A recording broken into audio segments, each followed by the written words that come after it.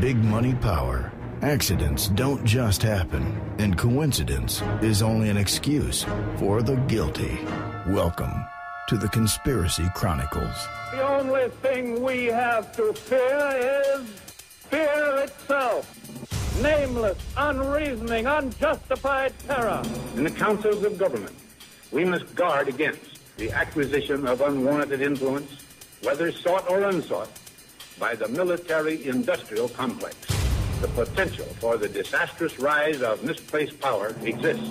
We must never let the weight of this combination endanger our liberties or democratic processes. We must not fail to comprehend its grave implications. For we are opposed around the world by a monolithic and ruthless conspiracy that relies primarily on covert means for expanding its sphere of influence. It is a system which has conscripted vast human and material resources into the building of a tightly knit, highly efficient machine that combines military, diplomatic, intelligence, economic, scientific, and political operations. There has been an attempt, as perhaps you know now, on the life of President Kennedy. He was wounded in an automobile driving from Dallas Airport into downtown Dallas. The flash, apparently official, President Kennedy died at 1 p.m. Central Standard Time. Good evening. Dr. Martin Luther King, the apostle of nonviolence in the civil rights movement, has been shot to death in Memphis, Tennessee. Senator Robert Francis Kennedy died at 1:44 a.m. today, June 6, 1968. An incident that took place less than 15 minutes ago at the Washington Hilton Hotel when shots were fired at President Reagan. A second bomb has been found inside that federal building in Oklahoma City. The whole side has collapsed? The whole building has collapsed. The whole building has collapsed? The building has collapsed. That's the southern tower you're talking about. Exactly, the second building. Let us never tolerate outrageous conspiracy theories concerning the attacks of September the 11th. Malicious lies that attempt to shift the blame away from the terrorists themselves, away from the guilty. And now, here are your conspiracy detectives, Joe Joseph and Tim Watts. Welcome aboard, everybody, for this Sunday edition of the Conspiracy Chronicles on the Orion Talk Radio Network. I'm Joe Joseph. Much apologies, folks, for Thursday night's rebroadcast. However, I've been very much under the weather. And tonight's no different. I have a rule. There's no such thing as 2 rebroadcasts in a row. So with that said, please bear with me as I am just full of phlegm, but also full of rage over tonight's topic, which is the hijacking of American politics. And tonight I've got my good buddy Tim Watts to join me, as he is just as enraged, if not more, than I am. Yeah, absolutely. Yeah, I mean, this has been a sad state of affairs. It's something that's been engineered over the course of time. Timmy, you were telling me earlier about some of the, I guess you could say, some of the setup to where we are now. Well, when you kind of look at what the gist of the problem is right now, and it's the two-party political system that enslaves all of us, the Democrats and the Republicans. And when you look back, I guess when I take into I take in everything that the government's done recently, the Patriot Act, the Homegrown Terrorism Act, the Military Commissions Act, NDAA, the SIP, HR 658. I mean, all of that is stuff that's been done today. It's all kind of the last-minute things that kind of brought this republic of ours down. And knock on wood when I say that, because I'm hoping that it's not all said and done right now. But you look back, and really the formation of the Republican and the Democratic parties, coincidentally, at a time that this nation was going into civil unrest, and then it's been nothing but a two-party system ever since.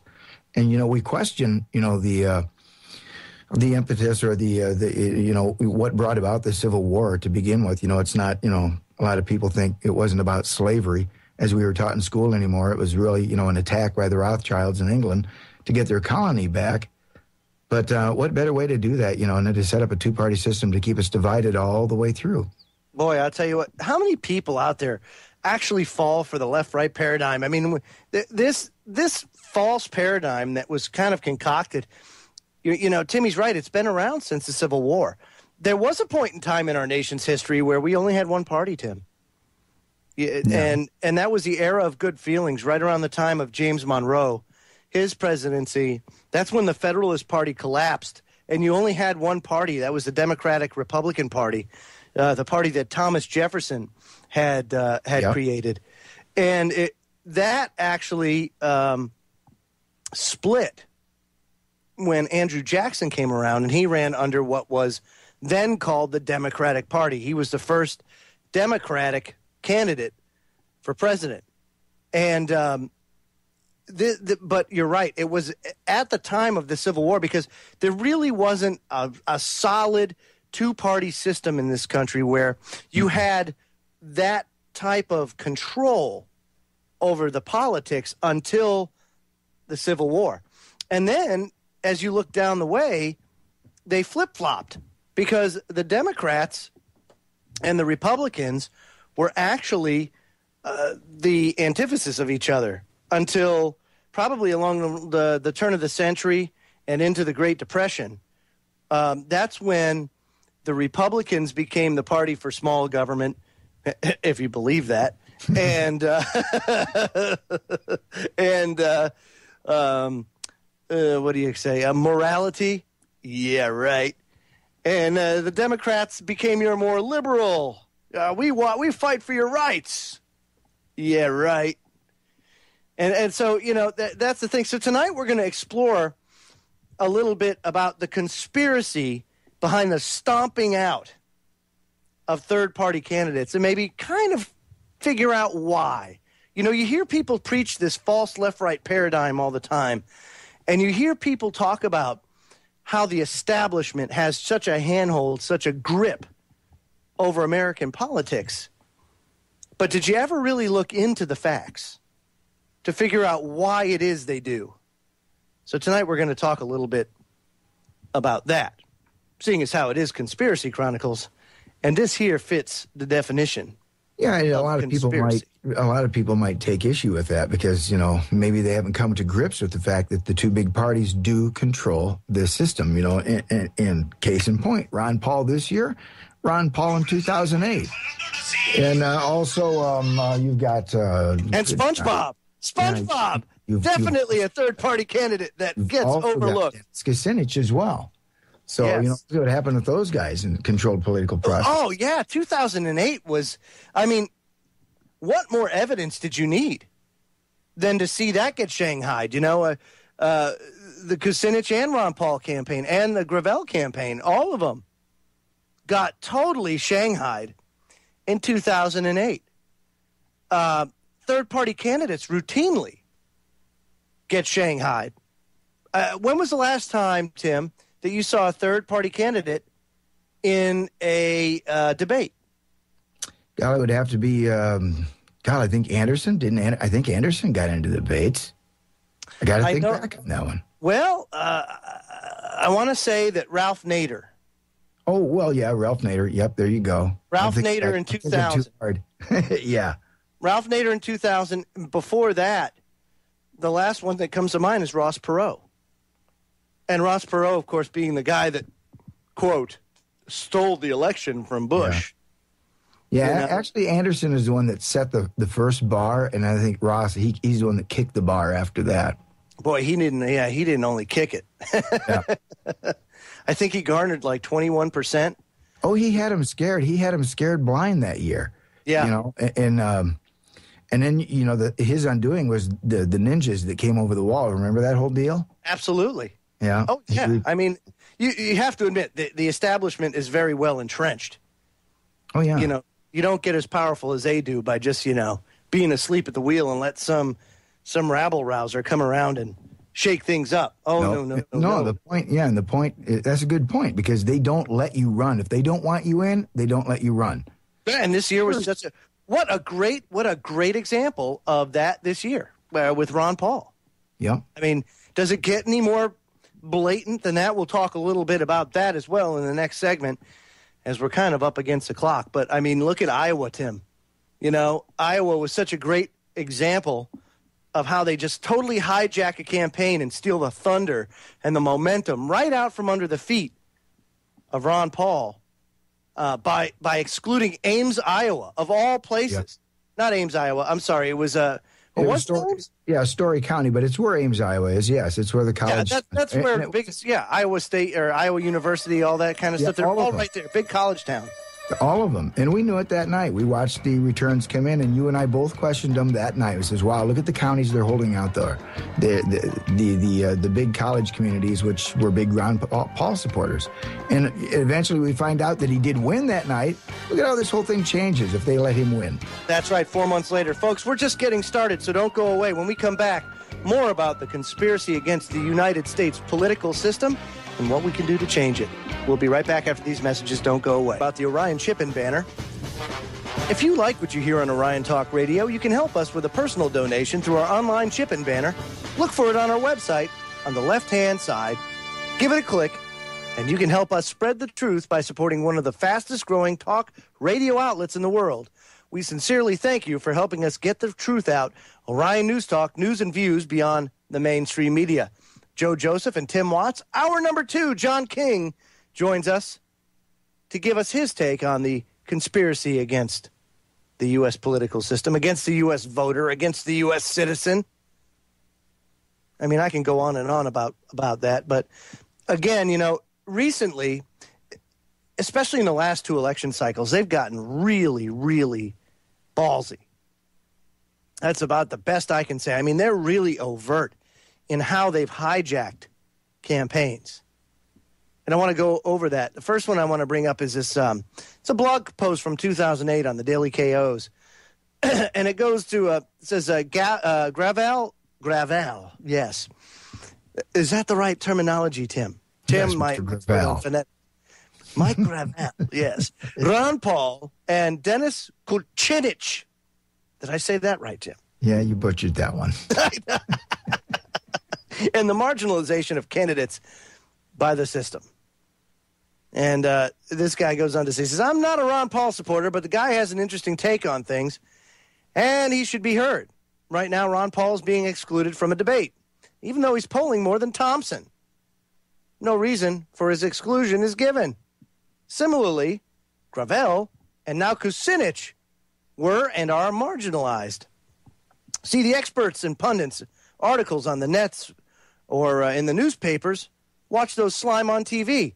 The candidates not supported by the Beltway Old Boys Network, their corporate masters, are simply Orwellian non-persons. They might as well not even exist. All the propaganda outlets in the U.S. concentrate on selling us on an elite group of candidates. And here are their accomplishments. Now, remember, this is 2008. Obama, Barack. Accomplishment as congressman? Nothing. Clinton, Hillary. Accomplishment as wife to Bill? NAFTA. American and Mexican workers just love this pro-progressive and pro-worker legislation. Oh, yeah. And you sense the sarcasm, of course. Yes, accomplishment as a congresswoman? Nothing. How about Fred Thompson, Fred? Accomplishment? Well, he's made some movies. I was going to say, he's a TV actor. Yeah, he's made some good TV sitcoms. Huckabee, Michael. Accomplishment? He's nuts. That's about it. It's nuts. When it all comes down to it. And that's about it. A snicker or two when a pundit comments on Edwards, who's next in line to be marginalized. And you saw that he got marginalized really. Well, he kind of marginalized himself, but yeah. Here are the criteria according to which a candidate becomes marginalized and ceases to have any chance whatsoever at winning the presidency. Reason number 1, lack of funds. This is a key reason. As in American democracy, those without generous patrons, who are international business as well as various political push groups such as AIPAC, AIPAC, NRA, etc., have no chance. So if you alienate big business and or other entrenched interests, if you run on a platform to change the status quo and shake up the system, you have no chance. Reason number 2, because we, the, quote, experts, do not like them, or we're told by our bosses to not like them. Goes hand in hand with reason number 1. So all of you going on voting for your Obamas and your Hillarys, Count me out of this systemic stacked failure. Bonus question. Where the heck did Obama come from in the political world? I mean, before this presidential run, no one, and I mean no one, has heard of this guy. And that was DailyKOs.com, written in 2008. Yeah, Daily Cause. You know, what's funny, though, when you talk about Obama, I do remember, and you probably do as well, the election before. Geez, what was it? I guess he gave, one of the keynote addresses at the Democratic Convention, and they're all saying, you know, that man could be the next president of the United States. And I'm thinking at the time, that's insane. That's ludicrous. Come on by, Cracky. How could that ever happen? And look, 4 years later. Hey, who was the guy that came out against him, the whistleblower on Obama? What was his name? The whistleblower on Obama? Oh, you're stumping me now, dude. I don't remember. The guy that supposedly had some extracurricular activities with Obama and tried to, out him. Yeah. I know, I'm drawing a blank. Thank and you. The tip of my tongue. But at any rate, he's a mystery. His whole life is a mystery. Almost engineered. I mean, how does a guy with a Connecticut Social Security number that never went to Connecticut, when he was a, Obama's gay lover, that guy, that's the one I'm talking about, Iota, in the chat room. But you got a guy with a Connecticut Social Security number, never went to Connecticut before the age of 18, has a father, supposedly Kenyan-born father. Oh, thank you, Popeye, from FederalJack.com. Larry Sinclair, that was his name. Larry Sinclair. Ding, ding, ding, ding, ding. Yeah, if you guys want to see a little dirt on Obama, just look up Larry Sinclair. You'll find it on YouTube. Yeah. Very, very interesting little thing about that. Yeah, that's another thing, too, man. If you ever noticed, within the establishment circles, the rampant homosexuality. Now, to each their own. Don't get me wrong. But when you start involving pages and youngsters, I got a beef with that. Yeah, that's a little beyond the pale. Absolutely. I mean, the corruption is just unbelievable. It's stunning. Stunning stuff. But, the point, they give us who they want. Again, Obama had no business being in this race in 2008, but there he was. Yeah, absolutely. Just like they said 4 years earlier. No, that's right. And that also brings up a very interesting little post on LouRockwell.com. On his blog, Butler Schaefer wrote, to the collection of quotations that have been blogged herein about not participating in voting for the warden of your penitentiary, let me add the following. Of course, warden of your penitentiary, meaning the President of the United States. This blog post is entitled More Reasons to Not Vote. And he quotes from H.L. Mencken, quote, tomorrow the dirty job. I shall be on my knees all night, praying for strength to vote for Warren Gamaliel Harding. What ass first loosed the doctrine that the suffrage is a high boon and voting a noble privilege? It's a good question. Because I don't have an answer for that, Mr. Mencken. Well, I take the Hildebrand approach, I like to call it now. I'm with Ken because, I might vote, It's something we fought for, and and they say, well, it doesn't matter. Well, it doesn't matter if you vote for their candidates.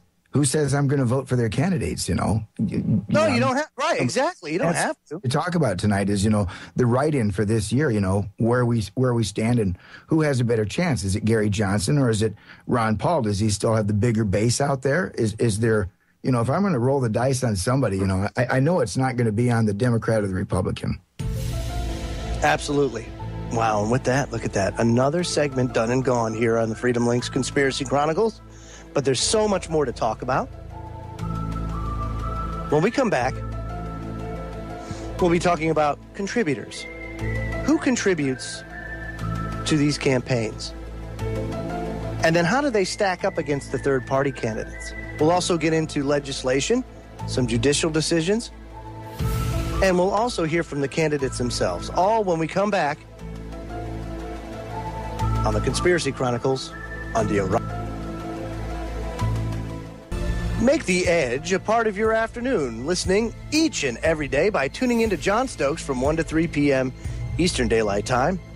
You'll get the latest news and information, plus you'll always get something unexpected from John. That's afternoons from 1 to 3 on The Edge, exclusively on Orion Talk Radio. Joe Joseph along with Tim Watts.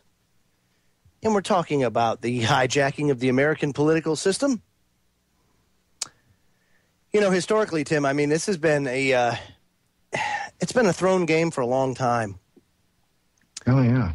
But it really, you know, there were a couple of really pivotal decisions and legislation that really kind of helped them make their game easier. Yeah, there are a lot of mileposts in the road here that they've hit along the way that have eventually taken this whole thing away from us. Yeah, well, one of them, of course, you brought up historically, the League of Women Voters. Yeah, that one really bothered me a lot. That was 1988. They finally withdrew from the debates. And that's the last time, like you're talking about, we really had, you know, it seemed like full representation. Now we've got the Democrats and the Republicans that set the whole agenda. And matter of fact, that's the reason why the League of Women Voters claims they left, is because the Republicans and the Democrats are trying to manipulate things their way. And they said, quote, the League has no intention of becoming an accessory to the hoodwinking of the American public. I mean, that's how strongly they felt. Yeah, imagine that. And really, the whole crux of this, folks, before 1988, the majority of debates were held by the League of Women Voters. They were responsible for it. And they got out of it in 1988 because they saw the writing on the wall. They're like, holy crap, man, these guys are these guys are nuts. And we can't be responsible for that. Instead of standing the ground and saying, look, boys, this is the way it is. Take it or leave it. Go somewhere else. I kind of, in one hand, you know, I understand where they were coming from, but on the other hand, I'm kind of like PO'd at them for not standing their ground when they should have. You know what I mean? Because look at how far things have spiraled out of control since that time. And, you know, you can make the case that before this, it's happened, but I mean, really, to me, it's only been over the past 30 years or so that we've really seen them ratchet this game up. You know, let's talk about Citizens United versus the Federal Elections Commission. This is huge. Yeah, this was absolutely huge. Okay. Now, this is one of the more recent things. This is probably the most recent because it was decided on January 21st, 2010. This being after the 2008 election cycle. This is the first presidential election where we've actually had Citizens United play a role in the election process. We've had it during the midterm elections of 2010, but now we're seeing how powerful this decision really is. And it had nothing to do with money on its face. Citizens United was argued as a First Amendment case. But what's interesting about Citizens United, and for all those, let me just go over, for all those that aren't up to speed on this particular Supreme Court case, Citizens United versus the FEC, it was a landmark U.S. Supreme Court case in which the court held that the First Amendment prohibited the U.S. government from restricting independent political expenditures by corporations and unions. And the nonprofit group Citizens United wanted to air a film critical of Hillary Clinton and to advertise the film during television broadcasts in apparent violation of the 2002 Bipartisan Campaign Reform Act, also known as McCain-Feingold. And in a 5-4 decision, the court held that portions of the BCRA violated the First Amendment. Now, they didn't totally overturn it. They only overturned portions of it. And Section 203 of the BCRA defined an electioneering communication as a broadcast, cable, or satellite communication that mentioned a candidate within 60 days of a general election or 30 days of a primary, and prohibited such expenditures by corporations and unions. The lower court held that Section 203 of the BCRA applied and prohibited Citizens United from advertising the film Hillary, the movie, and broadcasts or paying to have it shown on television within 30 days of the 2008 Democratic primaries. The Supreme Court reversed, striking down those provisions of the BCRA that prohibited corporations, including nonprofit corporations and unions, from spending on electioneering communication. Hence, the birth of the Super PAC was born. Yeah. Why? Because Super PACs are non-profit. They are not-for-profit corporations. Which, guess what? What? That's exactly what this is all about. And go ahead. Well, I just want to say this one other thing, and then I'll give it to you, Tim. You can't, like I said, at face value, you look at this and you say, well, this is a clear-cut First Amendment case. Yeah, there's no ill will or harm in all this. But there's a more telling tale to tell here. There is a much more, there's a very interesting past to Citizens United, and I'll get into those in a moment. Your thoughts, Timmy? Well, I know they try to say that, what came about, or at least what you were just reading there, was kind of an end result they didn't expect. But, I'm sorry, the skeptic in me says, I just don't buy it. Because I don't accept coincidence where there's benefit to the nefarious powers that be. And this was a death knell for our political process, Citizens United. It was an awful thing, So, people can say what they want, and that's one opinion. But I'm just too uncomfortable with saying that, that wasn't thought of, or that, that was just an accident. The devil's advocate argument, and it's a bad one, and it's a bad one, is, well, Citizens United benefited Ron Paul because, well, look at this. Look at all the money he got in. No. And the reason why I say it's a bad argument is because it had nothing to do with corporations, period. He got individual donations. Absolutely. He got individual donations and donations from military service members. That's who he got donations from. Corporate America doesn't want him in. Yep. So what good does that have to do with him? This had no bearing on a Ron Paul candidacy whatsoever. You're absolutely right. And that's the whole thing about Citizens United. It's big money. It's where, who does big money want to support, and they're not going to upset the candidate that's going to upset, their game. That's going to upset the apple cart. So, of course, they're not going to support Paul. And that's part of, this rigged system now. They've just kind of cemented their hold a little bit firmer with Citizens United. That's right. And the case did not involve the federal ban on direct contributions from corporations or unions to candidate campaigns or political parties, which remain illegal in races for federal office. So that's why the Super PAC was put into place. A nonprofit corporation where your corporate dollars and your union dollars can go to fund candidates through Super PACs, not associated with the campaign. They're not associated, quote, officially in any way with the campaign. Yeah. That's how they skirt. That's how they skirt campaign law. Right, and that's what's made this so much more crazy. And this is why it's so much harder these days. This is one of many reasons, but one of the main reasons why third-party candidates don't have a rat's chance in hell right now, the way that things are situated, because they have no chance unless you get all the citizens to rally around a candidate and fund him to be able to make a change, make a difference. Because you're looking at a tremendous amount of money that's being spent on this. And let me tell you this, folks.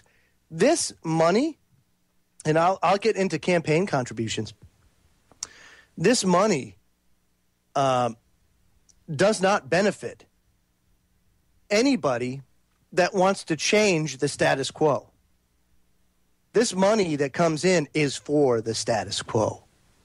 They want to keep things the same or keep the same power brokers and power that much longer. Ain't that right, Timmy? And we go into break. Let's go to break one more time, and we got the last segment of hour number 1. And when we come back, methinks we's going to talk about HAVA, the Help Americans Vote Act, because there was another nail in the proverbial coffin, and it's one of Timmy's favorite pieces of legislation. That piece of crap. Which is why I brought it up. So we'll be right back after these messages, folks. Don't go away. 3 minutes is not a long time to wait. Man, Rudy Z brings you his raw, uncensored take on the news and politics live from London. The wake-up call will get your day started with featured guests and the latest news and headlines from around the world. Start your day the right way with the wake-up call and Rudy Z coming a week from Monday. That's a week from tomorrow, exclusively to Orion Talk Radio, 8 a.m. to 10 a.m. Eastern Daylight Time. So morning drive for all you East Coast people. Tune in to Rudy Z. You know what's interesting, Tim? Not just a little quick blurb on technology before we get back into this. It's interesting now that cars have the ability to receive internet through broadband or whatever. Now they have the cars being capable of doing that. So now you can listen to Orion in your car if you end up purchasing a new vehicle. Absolutely. I think that's way cool. I mean, all the new Fords, all the Chevys are coming that way. So you just hit a little button there, and the next thing you know, you're listening to Orion Talk Radio while you're cruising down the road. Holy moly. Isn't that interesting? Little shameless plug for Orion. That's right. Anyway, folks, we're talking about the conspiracy against the U.S. political system. And, HAVA. Going off. Where do we start? Did we touch, though, on the one big part about Citizens United, though? We had to mention about who was running that baby. Oh, yeah. How important is that? I can't believe I just said that. Yeah. Kind of almost missed that one. Holy moly. Well, get this, folks. All right. Okay, so Citizens United versus the FEC. So you say to yourself, why, it's just a First Amendment case. I mean, really, there could be nothing sinister to Citizens United. I mean, that can't be part of a plan, can it? Oh, of course not. Or could it? Well, if you look into Citizens United, you find out that since 2001, the president of Citizens United and Citizens United Foundation is David N. Bossie. Now, anybody that doesn't know who David N. Bossie is, let me educate you for 1 second. Mr. Bossie is the former chief investigator for the U.S. House of Representatives Committee on Government Reform and Oversight. During Bill Clinton's two terms as president, he led investigations ranging from the Whitewater land deal to the transfer of dual-use technology to China and to foreign fundraising in the 1996 Clinton re-election campaign. He's authored 4 books, including the best-selling Intelligence Failure, How Clinton's National Security Policy Set the Stage for 9/11. Yeah, right. So you can see, folks, he has a very insider past. Yeah, this guy's a total op. Yeah, definitely an op. I know it doesn't matter. You could say, why, he's a Republican op. No, it doesn't matter who he's for. He's inside. There's no right or left. Yep. The actions dictate that, not the rhetoric. Yep. Remember that. Romney is going to say what you want to hear. Just like Obama. Why? When I get elected, I promise not one lobbyist in my cabinet. Yeah, how'd that work out for us? See how that worked out for us. I mean, it wasn't a week later. It was, what was it? President-to-be Obama was, filling out his cabinet. We were like, what? I can't buy that dirty dog. Not that we didn't expect it, but I mean, you haven't even been inaugurated yet. And you're already breaking campaign promises. Oh, yeah. Unbelievable. Yeah, David N. Bossie, folks, take a look into his past. And what you'll find is that he's an establishment insider that's been there for a long time and that knew what to do, knew what to say, knew how to argue it, and they got their agenda through. Exactly. And getting back to my point that, I just don't buy that the whole thing was an accident, because again, I just don't buy coincidence, where the powers that be benefit. I'm sorry, and this was a key critical, as you mentioned, nail in the coffin of the death knell, for politics right now. I mean, we have to get rid of that ruling. But I don't see a whole lot of, fires burning on Capitol Hill. I don't see a lot of, I don't see a lot of people moving quick to, to get this thing, out of there. Of course, like you said, they benefit. That's right. Just think about this for a second, too. You remember how I said that, a Ron Paul campaign does not benefit from a Citizens United decision. Maybe from a First Amendment side, maybe it does. I fail to see how it would, but okay, let's just say hypothetically that they do. A Ron Paul candidacy does not benefit from corporate dollars being able to be funneled to a super PAC because they don't get corporate dollars. They get funds from individual donors. It's interesting, too, because what is the definition of statism, of communism? It's the marrying of government and corporatism, the two together, state-controlled. Fascism. There you go. So that's all that did. Citizens United just guaranteed a fascist state in this country. That's what it did, but it didn't stop there. You see, there was other things prior to Citizens United that may not have been as devastating a blow, but I'll tell you what, they're a piece of the puzzle, and, you can't have that puzzle come together with pieces missing. And HAVA was a very important key to that. Yep. HAVA, of course, came about because of the infamous Hanging Chad incident. What a good name for a kid. I'm surprised that wasn't on, the top 10 baby names. Hanging Chad. Oh, yeah. There's got to be somebody out there named Hanging. Hanging Chad. Could be a Vietnamese guy. I don't know. So Help America Vote Act, or HAVA, in the United States federal law, passed in the House 357-48 and 92-2 in the Senate, signed by President Bush October 29, 2002. Of course, in reaction to the controversy surrounding the 2000 U.S. presidential election, which, by the way, Tim, you're telling me all of a sudden that became a problem? That it never existed before in the history of this country? It's kind of, I was just going to say, it's the same kind of knee-jerk reaction they took here with, all this police state stuff, saying, we got to have all these extremes for terrorism, and we don't have terrorism going on here on a daily or weekly or monthly or yearly basis. Well, with HAVA, they took one lone incident where the system failed, kind of like 9/11, where they let it fail, What a great example. For that one instance of all their ineptitude and failure, we've got to change the system, and here's one new that's going to be much better. Yeah, right. So what did HAVA do? It just basically stole the entire thing away from us, as, absolutely.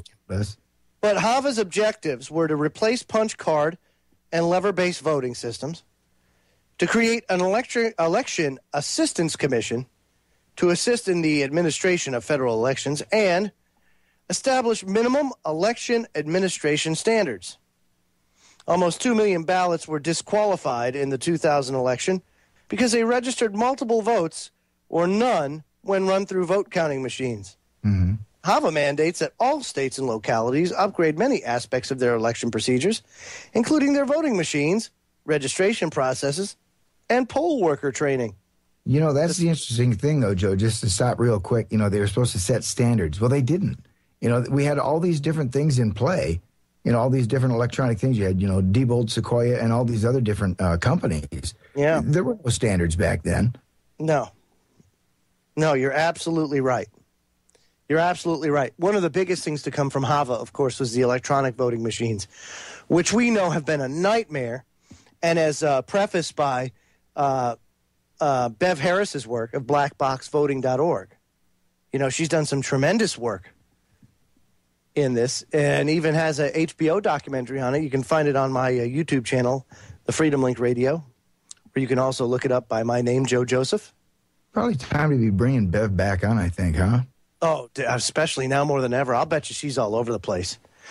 We'll definitely try to get Bev back on the broadcast because I can't even imagine. How do you, as her, knowing what you know and seeing what you've seen, how the heck do you keep going? You know, It's like, holy crap, man, this is just, from every level, from the president straight on down to like the local treasurer of your city, the results are being manipulated. Yeah, and watch Hacking. It's Hacking Democracy, right? Hacking Democracy, right? Yeah, look it up. It's on YouTube, folks. You can watch Hacking Democracy. Great film, and you'll learn a little bit more about Hava and what the electronic voting machines have done. In case you've been under a rock for the last how many years? Absolutely devastating. And that really is those two pieces of legislation, one being legislation, one being judicial, totally rocked the world of any chance that we have of making a difference outside of all of us singing Kumbaya, coming together and getting our guy in or gal. That's all I'm saying. Because not only can they control the vote, but they control the money flow. Yeah. How devastating is that? No, it's a very valid point, Joe. And Hava was one of the most horrible things to happen to us right next to the Patriot Act. Yeah, have a nice day. That's all I can think of. Is just exactly. Yeah, unbelievable. Well, folks, hour number 1 is done. Hour number 2 is on the way. When we come back, I'm going to talk about the top donors of each campaign, as well as get into the third parties a little bit and tell you what they're all about. So don't go away, folks. Just all by clicking the links under our social media section on our website. The biggest fear that the globalist gangsters have is the truth. So help us spread it far and wide by linking to us through our social media pages. And thanks for helping make Orion Talk Radio one of the fastest growing talk radio outlets. Joe Joseph, along with Tim Watts, and our special guest for hour number 2 is the incredible John King, one of the triumphant co-founders of the Freedom Link.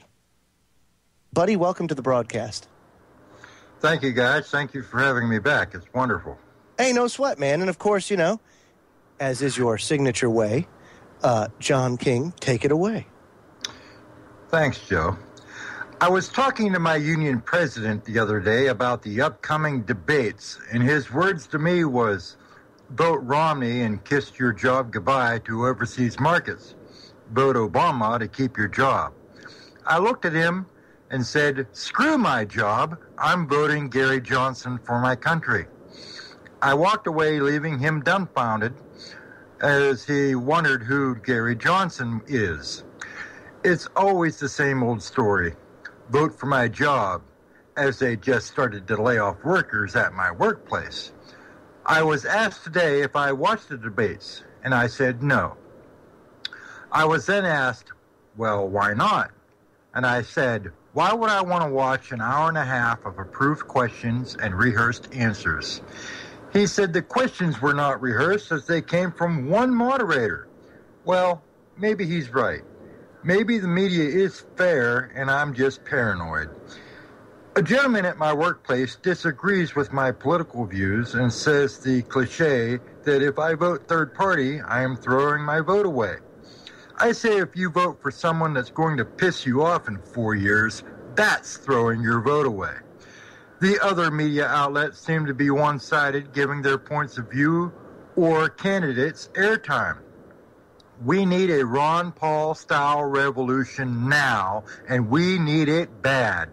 Don't donate money, just freaking vote and spread the word like wildfire. Wonder Twin Powers, activate. In 6 months, we're likely going to be at war with Syria and Iran, sacrificing more of our children to the globalists. Can we agree to give the other guy a chance for once?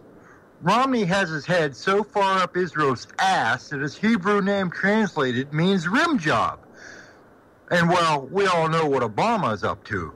Vote for him and it's goodbye Constitution and hello UN.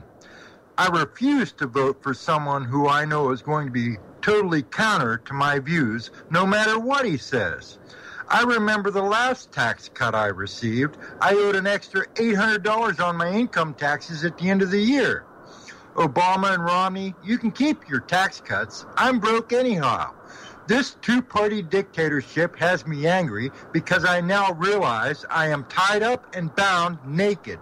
The Republican Party is on one side and the Democratic Party is on the other, and I, the taxpayer, am in the middle, bounced back and forth like a ping pong ball in a high-stakes tournament.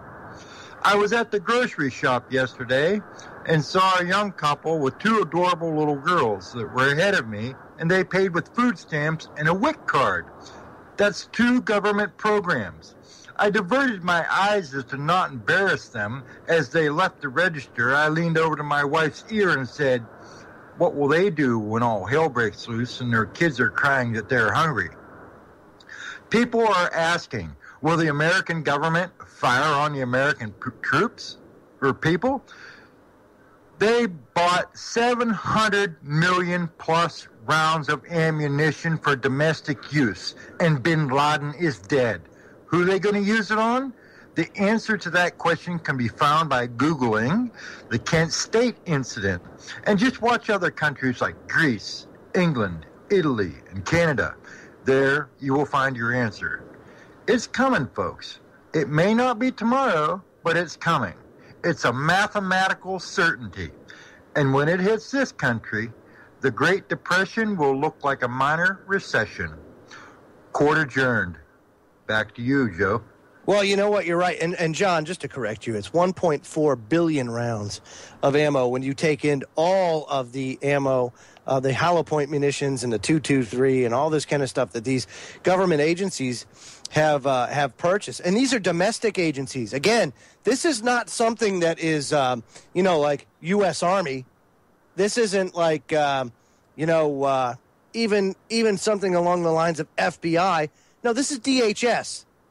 This is DHS, Department of Homeland Security, and Social Security Administration. That's all for target practice.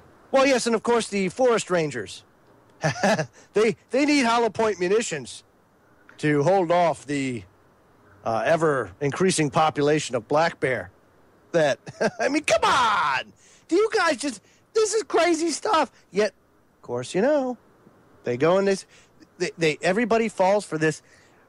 Why? You have to vote for the lesser of two evils because God forbid you get Obama in there again.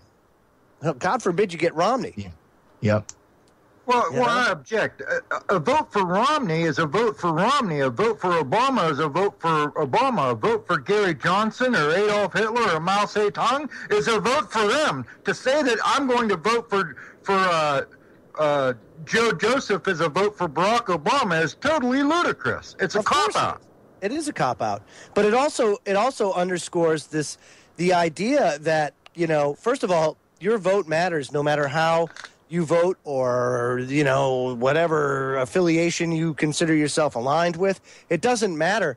The fact is you have to vote on the dictates of your conscience, of your morals, of your virtues, and you have to do the honorable thing and vote on those principles, not on the principle of the lesser of two evils, because they're still evil at the end of the day. Why would you vote for evil?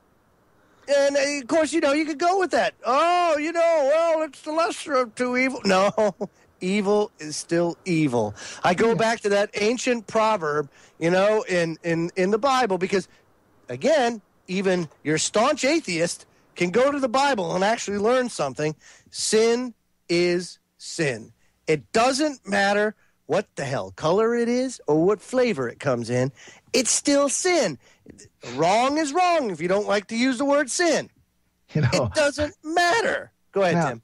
Now, I've got to correct you real quick. I was going to say that's unless you're a Catholic, because then they've got venial and we got mortal sins. But yeah, of course. But I digress. Yes, there's various shades of gray and that. But of course, all right. So next Sunday on Conspiracy Chronicles, we'll be going over the Catholic. Well, the next 20 Sundays we'll be going over the Catholic Church. But John makes a great point. That was an excellent King's Court tonight, Johnny. And I can't. I don't know which part I like best. The Wonder Twin powers. Or the rim job. The rim job. Nice job, Johnny. Yes, Jimmy's kind of partial to that. Rim job Romney. Well,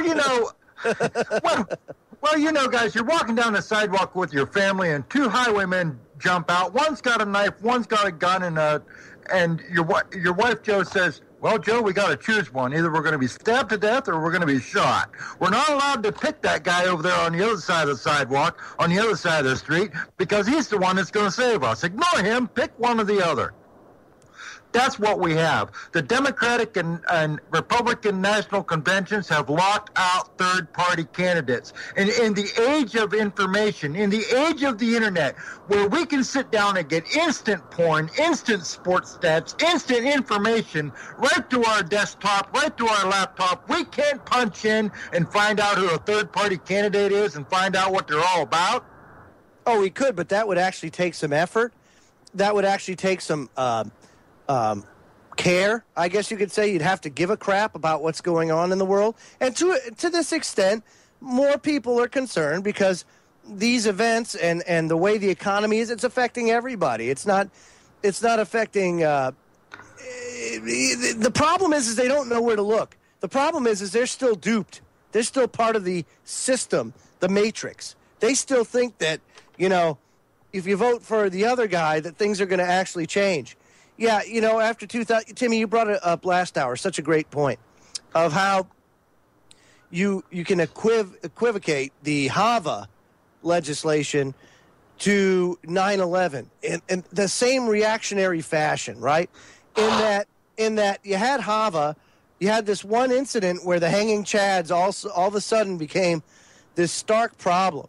Instead of enforcing existing rules that were already on the books, like 9/11, it enforced the existing laws and the existing rules that are currently on the books, and if somebody is negligent of those rules and or does not do their job, then they get frickin' put in jail because they were wrong. You don't have to re-legislate it and expand federal government by 40%. Mm-hmm. And because, once again, we went to the extreme. We went to the farthest extreme you could go to. And they always do, Timmy. Back, folks. And don't forget, immediately following the Freedom Links Conspiracy Chronicles is the Information Nation with my good buddy Ken Hildebrand. He'll be taking you through all the top headlines of the week, as well as giving his insightful views on things, not always politically correct, might I say, for a crotchety old curmudgeon Marine Corps veteran that he is. So make sure you turn into the Information Nation. That's from 9 to 11 p.m. Eastern on the Orion Talk Radio Network. I'm Joe Joseph, along with my good buddy Tim Watts and my other good buddy John King. And we're discussing the third-party candidates. And, of course, Al Gore's mouthpiece, Current Television, has a article, Is There a Conspiracy to Keep Third-Party Candidates Out of Debates? And it goes on. It says, Democracy Now! Posted a 36-minute video delving into how two main political parties work together to keep third-party candidates out of debates. We're taking a closer look at this story from our community site. Check it out and add your 2 cents. And so this is submitted. Let's bring this up. There's a couple of examples.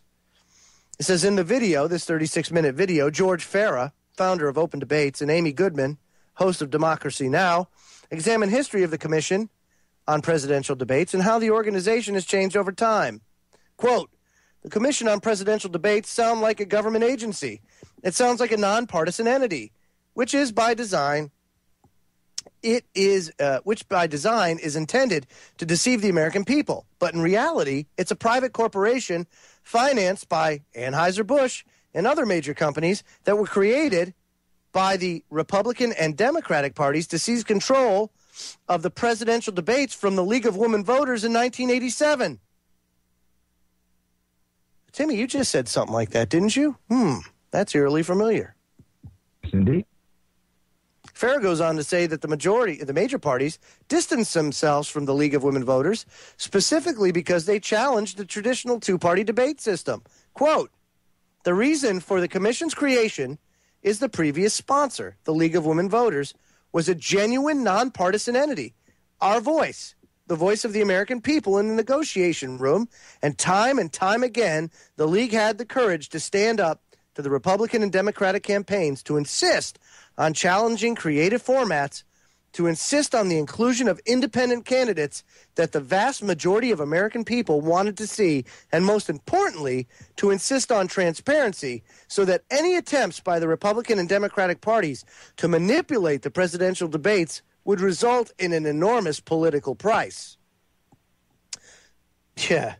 The two come to the conclusion that the third-party candidates are specifically prohibited from the presidential debates because it would challenge the two-party system and promote the viabilities of candidates from other parties. Very interesting, isn't it? Well, let's hear. This is the Young Turks talking to Libertarian candidate Gary Johnson.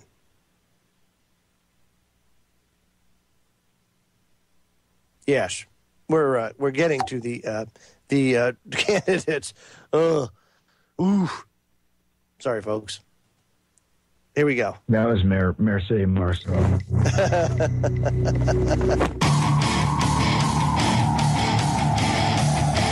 You're a funny person to ask because you're running on the Libertarian Party, but are you surprised that the Democratic candidate is so far to the right of you on so many issues?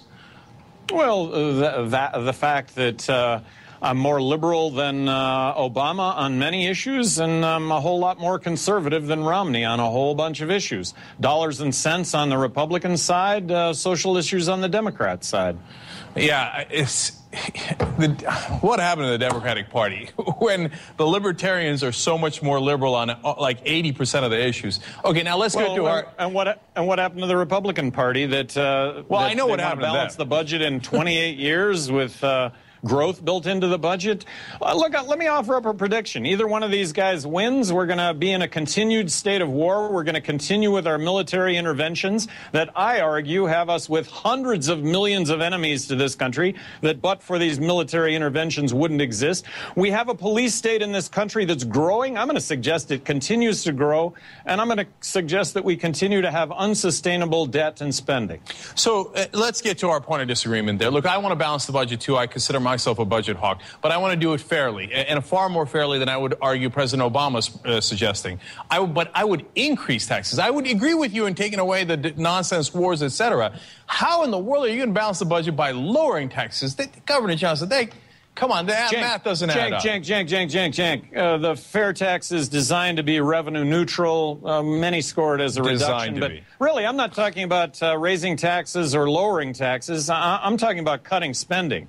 I'm talking about cutting spending to the tune of $1.4 trillion, and that is something that needs to start with Medicaid, Medicare, and military spending. You got Obama and Romney right now debating over who's going to spend more money on Medicare when we need to have a raging debate and discussion in this country on how we slash Medicare spending, or we find ourselves with no health care for those over 65. I mean, that's the alternative. A monetary collapse when the dollar... Excuse me, just very quickly. A monetary collapse when the dollars that we have in our pocket don't buy a thing because of the accompanying inflation that is going to go along with borrowing and printing money to the tune of 43 cents out of every dollar. Real quick, I got to ask you, look, obviously we disagree on Medicare, too, but Ron Paul supporters seem to be saying the same things you do, but you haven't been able to capture all of them. Why do you think that is?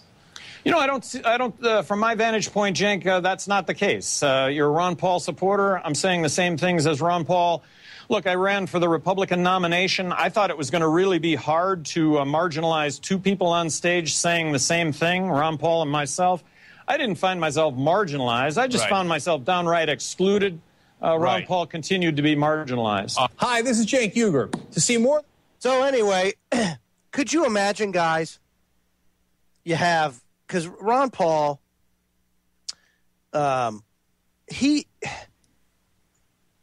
first of all, he ran as a Republican, so he couldn't be a part of the debate. Let's just say, hypothetically speaking, that a third-party candidate gets into the debate.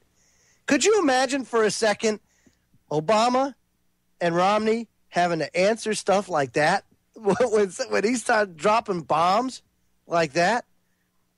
It's going to snap a lot of the American people right out. Like, holy crap, are you really? You can do that? You can balance the budget in 1 year? What? I mean, what's your thoughts, guys? What do you think? John King, talk to me. I don't think they have any intention on balancing the budget. They put the big numbers out there in front of the ignorant American people. We're going to slash $500 million over the next 10 years. But when you break it all down and look at it real close, Joe, they're adding an additional $1.2 trillion a year. So when you minus what they're supposed to be subtracting and add what they're going to be spending, you're actually spending more than what you're taking off. So they're not actually taking anything away. Right, and what John King is referring to is the sequestration cuts that are coming, and of course, they being to the tune of $1.2 trillion over a decade, which equates to a little more than $100 billion a year, which when you are running a deficit this fiscal year being 1.1, it will be revised upwards as the Congressional Budget Office gets the final numbers in from all branches of government. But right now being 1.1, so, okay, you're still running $1 trillion debt every year. Dropping a bucket. But everybody's screaming, oh, why? We can't handle that. Oh, what are we going to do? Really? Really? One thing, guys, that is very interesting, I want to bring this up because this is one of Governor Johnson. You heard him talking about the new tax that he'd want to implement. He wants to do away with income tax, do away with corporate tax, and institute what's called a consumption tax, which is very similar to a fair tax, only it's assessed on a product or service. And I'll get into that a little bit when we come back. But first and foremost, when we come back, we're going to talk about the top donors of the 2012 presidential campaign. Oh, you will love this. Folks, we'll be right back after these messages. You're listening to the Freedom Links Conspiracy Chronicles on the Orion Talk Radio Network. It's The Truth from North of the Border with Canada Live featuring John and Ron, Sunday afternoon from 1 to 3. Get a view of the truth from our northern neighbors as John and Ron team up to talk to you and tell you like it is. That's Sunday from 1 to 3 on Orion Talk Radio. News and views beyond the mainstream media. Joe Joseph, along with my good buddy Tim Watts and my other good buddy John King. We're talking about the unhinging of American politics. And, boys, very interesting information that comes out when you start looking into the top donors of the major presidential candidates. I mean, we could get into the disparity, and we will get into the disparity in a second regarding the difference between your mainstream party candidates and your candidates from the third party. It's very, very interesting what you come to find out. Very, very interesting. So what I would like to do is go through where their money comes from. So let's see here. Where do we start? Let's go to candidates. And let's see. Obama. Top contributors to the Obama campaign. Now, one thing that I will say, first and foremost, is I was floored that in the top 10, better yet, top 20, there was only one bank. That kind of took me aback, guys. I'll tell you what. Because in the 2008 presidential... They're laying low, dude. Oh, yeah, absolutely they're laying low. But so far, I haven't seen the amount of fervor on the financial side of the house to where it was in 2008 with him. I mean, he, of course, Goldman Sachs being the largest donor of both sides of the 2008 campaign, both Democrat and Republican. But, folks, the top donor of the 2012 President Obama campaign is, John, take a guess. Who is it? Thank you, John King. Very good. Wells Fargo.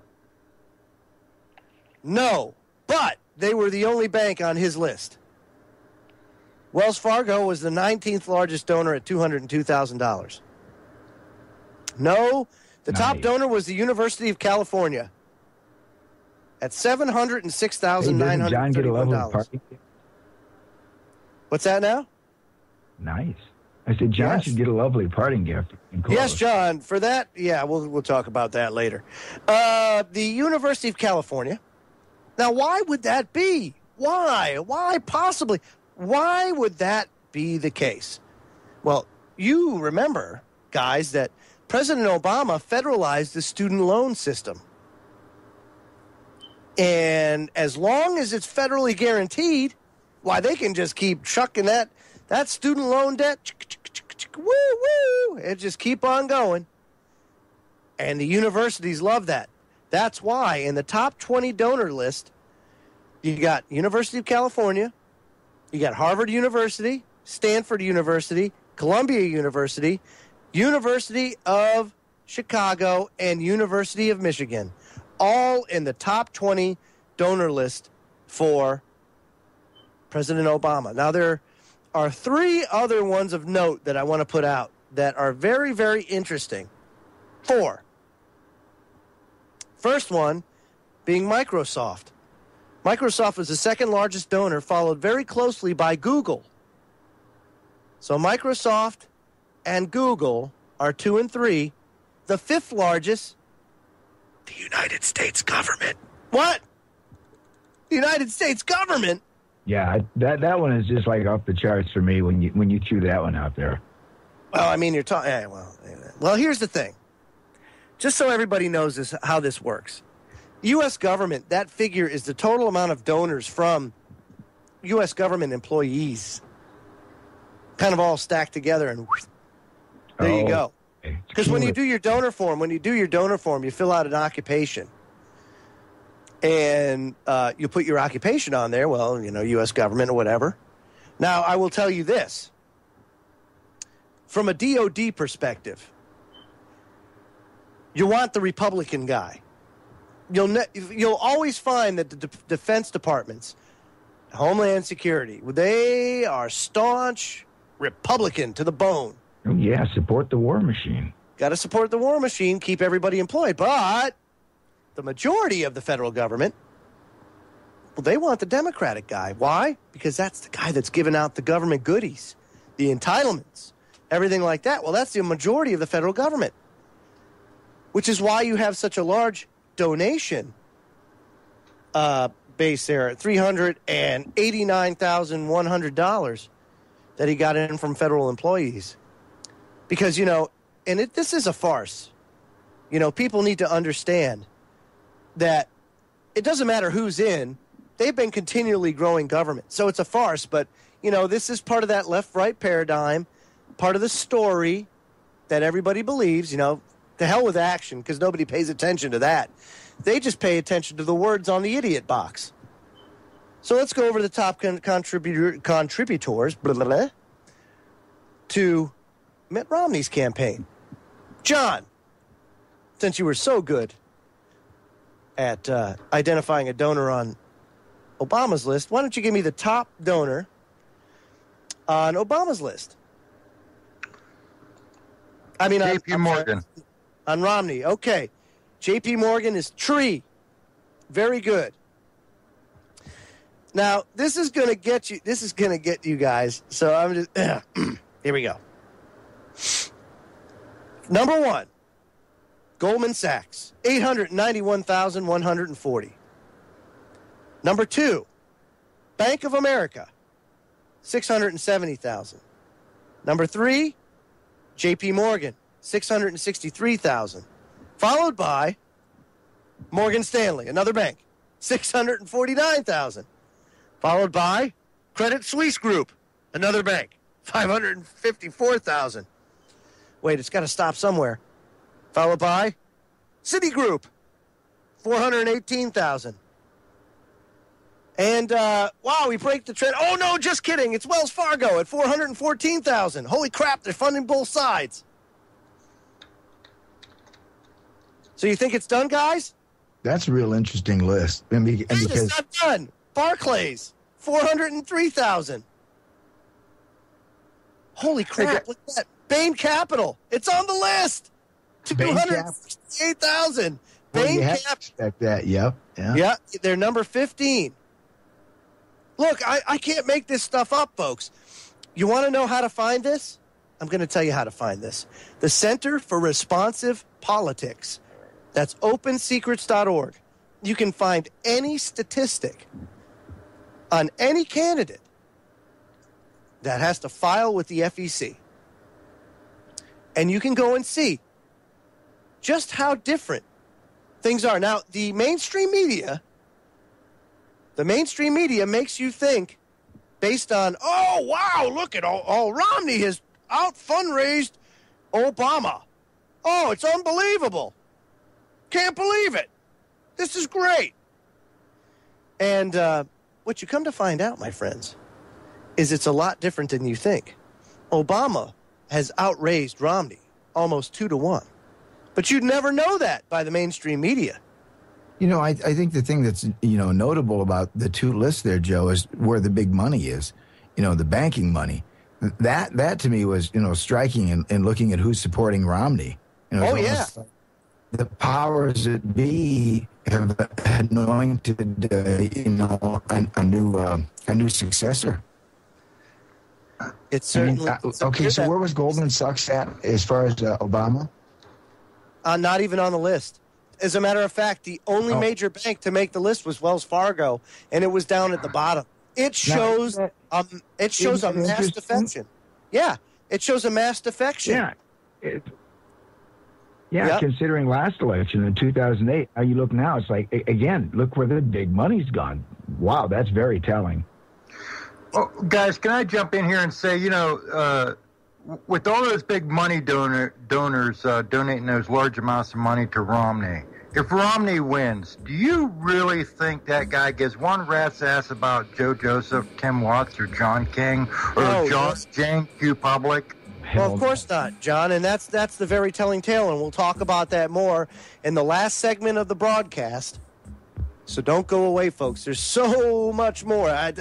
It's amazing. We could talk 4 hours, 6 hours on this topic, but we'll finish it up. We'll wrap it up and hand the baton off to Ken Hildebrand when we come back. This is the Freedom Link on the Orion Talk Radio Network. Come back, folks. It was a pleasure to be able to spend the last almost 2 hours with each and every one of you and spread the word. Spread the word about the Freedom Link broadcast and also about the great hosts on Orion Talk Radio as we look to try and spread the truth far and wide in an effort to wake up as many people as possible before they find themselves in the lurch, so to say. But thank you to each and every one of you that have contributed to Orion. It's because of you guys that we're one of the fastest growing news talk stations in the world. So thank you. My hat's off to everybody. And Tim, John, we've talked about the disparity. I want to give a glaring, just an idea for folks to understand the disparity in funding. Okay, so Obama outraises Mitt Romney 2-1, 432 to 279 million. Okay, but the next closest guy, so you got 279 million, is Gary Johnson. How much do you think he brought in, John? Let's see. Say 25. 25 million. Yes. Timmy, what do you think? For which one now? Gary Johnson. Mitt Romney, 279 million. Well, how much did Gary Johnson bring in? He's a Libertarian Party candidate. What do you think? I don't think I even want to go there. John King says 25 million. What do you say? Yeah, I don't even know if is it that high? Libertarian. I think I'd just probably say, I'd be surprised if it was that high. So maybe I'll just go under. I'll be safe and I'm under. Okay, he says under. And the card is $2 million. That's how much he's brought in. That's the Libertarian Party. That's the your premier cream of the crop third-party organization. Wow. $2 million to $279 million to $432 million. Now, I'll say... Can you possibly compete, Tim? Yeah, now I'll say I suspected it was low, but I didn't think it was that low. $2 million. That's the next closest. Then you've got Green Party, $398,000. You know, I mean... So that's where we stand. But what are the solutions? How do we go about taking back our political system? Well, you know, I have an idea. My idea would be to reform the way things are funded, to reverse the decision of the Supreme Court, and to bring back, to establish a system of equality to where any candidate that runs under a political party affiliation, it doesn't matter how many, you get the same amount of money for each. And then for the presidential, you want to donate to the presidential campaign, then throw all your money in this big kitty, and then we'll divide it out evenly so every candidate has an equal chance. So everyone has an equal voice, you know? That's a good idea. I mean, just an idea, you know? You have this kitty. Well, you want your candidate to get more money? Throw more money in. Just know that everybody else can get more too.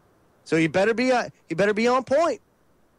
You know, that's where the person sells the you know, where you have to sell yourself to the people, not where Goldman Sachs is selling you to them through this producer who makes this documentary, but really you're this big asshat behind the scenes. You have to get out there and sell it to the people. Why? Because that's what your opponent's doing. So I don't know. But, Timmy, you brought up exit polling. A very interesting thing about this election, this will be the first presidential election where exit polling will not be conducted in all 50 states. Wow. How many are they cutting out? It will be done in 35 out of 50. Holy cow. Now, see, that's troubling right there, because what we were talking about is exit polling is our way to double check, you know, an election. And we knew in 2004 that's how they caught, you know, a lot of the things, the irregularities that were going on. 2008, they clamped down a little bit more. But wow, that's phenomenal. So 35 states, huh? 35 states. And the reason cited for that was the very, very it's very cost prohibitive to the media companies to be able to hire these polling places, you know, all these people, these statisticians to keep it. Yeah, it's becoming so arduous and cumbersome and expensive that they can't possibly keep up and do all 50 states. Let me call this right now. I bet some of those states that they're not doing it are just going to happen to be some of those key states where, you know. There's 15 of them, yeah, sure. Oh, yeah, you betcha. No, but you're right. Exit polling is a great way to do it. Now, if you remember, I think it was the 2010 midterm elections, Gary Franchi actually was doing exit polling in his local area and putting it on the web, you know, and had a network of exit pollers from different parts of the country, and they were actually doing their own exit polling. So we could do that too. Got to remember, John made a great point. You know, this is the internet age. Everything's at our fingertips. Information can be put from one place to another in an instant. So why can't we do our own exit polling and have it networked or put in one centralized location and displayed? We could do that. We don't need the media companies. They lie anyway. That's right. And is the states that are being polled leaning more towards the red or towards the blue? That's a good question. But, I mean, the only way we're going to get truth in this is if you get people of honor and of courage to actually stand up and do these things. You know? In all honesty, that's what it takes. I gave you my solution earlier, and I'll stand firm on that. 0.999? Yeah. 0.999 pure. 0.999 pure. I'll tell you what, whatever it is, I think tonight gave everybody a good idea of just how messed up things really are, of just how much the United States political system has been hijacked. You know, we've gone over figures. How much money's been brought in? We've gone through judicial rulings. We've gone through acts of Congress. And it's just amazing. It's just amazing when you look at it, just how engineered this all was when you look at the facts. Again, the sources tonight was opensecrets.org. Very, very, very, very excellent website. If you want to look into the campaigns themselves and all the metrics involved in tracking them, that's the Center for Responsive Politics. And then NPR, special thanks to them. They just hosted a third-party candidate debate where, you know, even though they're excluded from the, quote, main event, NPR still gave them a stage and an outlet to be able to talk to people, to be able to answer these questions, you know, give them some FaceTime. So hats off to NPR for that. Any closing thoughts, folks? Well, I agree with you, Joe. Get big money out of there, you know. We need some sort of new exit polling system. We need, people to volunteer to help at the local election level. That's one way you can get involved.